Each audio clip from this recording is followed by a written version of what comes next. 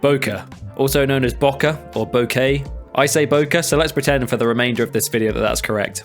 Bokeh is the natural occurrence of highlights creating a unique shape based on the iris of the lens when they become out of focus. Normally, when you add some defocus in any compositing software, you'll get a result like this. Perfect circular bokeh. While the way the highlights behave when they're defocused is pretty accurate, the actual look of the bokeh is way too perfect. There are a few different factors that can contribute to the look of bokeh. The main one is the aperture of your lens. Apertures have a number of blades that open and close to allow more or less light to enter the camera's sensor. Cheaper lenses tend to have a lower number of blades and they're usually straight. This will create bokeh with more pronounced angular sides. Whereas a more expensive lens will usually have a higher number of blades and they're often curved as well. This creates a smoother circular shape to the bokeh. Also, if you look at the edges of the frame here, you'll notice the bokeh changing shape slightly. This is often referred to as cat's eye bokeh, obviously getting its name from the likeness to the shape of a cat's pupil. Many high-end modern lenses will try and remove this effect with specific tuning and higher quality elements, but older and more affordable lenses will often have a more pronounced cat's eye bokeh at the sides. Sometimes a DOP on a shoot will actually want to go for this look, and in cases of films like The Batman, they'll use lenses that are specifically tuned to have very quirky looking uncalibrated bokeh. If you want to add some VFX to your video that have some bright highlights and are out of focus, you should consider using a custom bokeh image, also known as a kernel, to generate that look. There are packs online with lots of different pre-made kernels that you can use to emulate this look, but it's also very straightforward and free to make your own. All you need to do is create an image that looks like this. A simple way to do this is to set up your camera in a dark room or outside at night, place a small light source in front of it, I'm using my phone torch, or even just point it at something like a street light, and set your lens focal distance to be as close to the camera as it will go. This will throw anything further away from the camera out of focus and enhance the bokeh.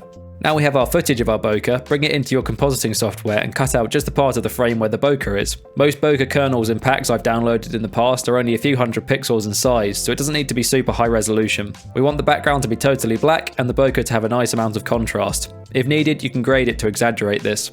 Then you can export this as a little square image and it's ready to use for any future projects. Next, let's have a look at how to actually use a kernel. I'm going to be using Nuke for this demo, but most compositing softwares will have very similar functionality. The default node I use most often when defocusing elements in Nuke is the defocus node. What a surprise. But like I showed earlier, this creates perfect circular blobs which aren't very interesting looking. Instead, I'm going to use a convolve node and plug my kernel into its input, allowing it to defocus the footage based on the bokeh kernel. There isn't a slider for defocusing in the convolve node. Instead, the amount of defocus is defined by the size of the input image. So to adjust this, I'm going to add a transform under my kernel and tweak the size to get the desired amount of defocus. As you can see, the highlights in my footage are now defocusing in a much more optical way.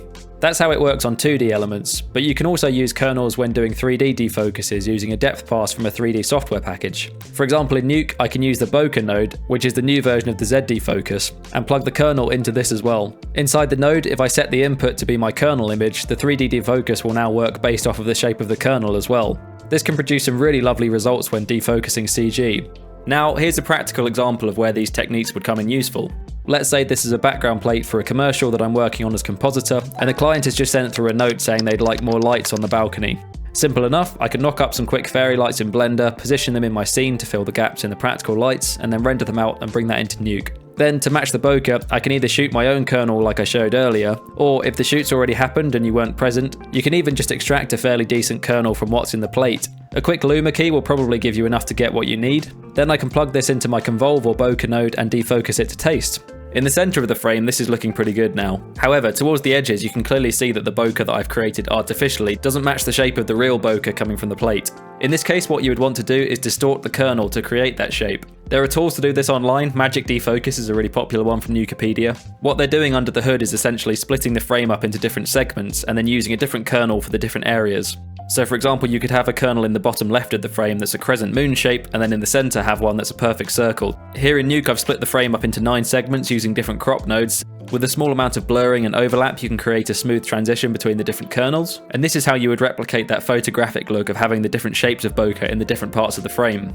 So that's how to create and utilize a bokeh kernel. Once you understand the principles, you can get really creative with the looks to achieve a variety of styles and effects. Anything from completely custom shaped bokeh in your shots to replicating the look of anamorphic bokeh, which has a distinctive squished look.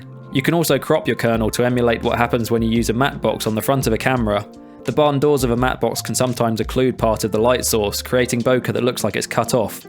A quick tip for adding life to something like city lights that are out of focus in the background is multiplying some noise through them. If you do this before they're defocused, the difference in luminance creates that twinkling effect. These are all important techniques when it comes to matching VFX into real footage. Now go and shoot your own and give it a try. If you're interested, the assets that I've made for this video are available on my Patreon, along with the project files from all of my other videos. Consider checking it out, it really helps me to keep making these kind of videos. Thanks very much for watching, consider liking and subscribing if you enjoyed, and I'll see you in the next one.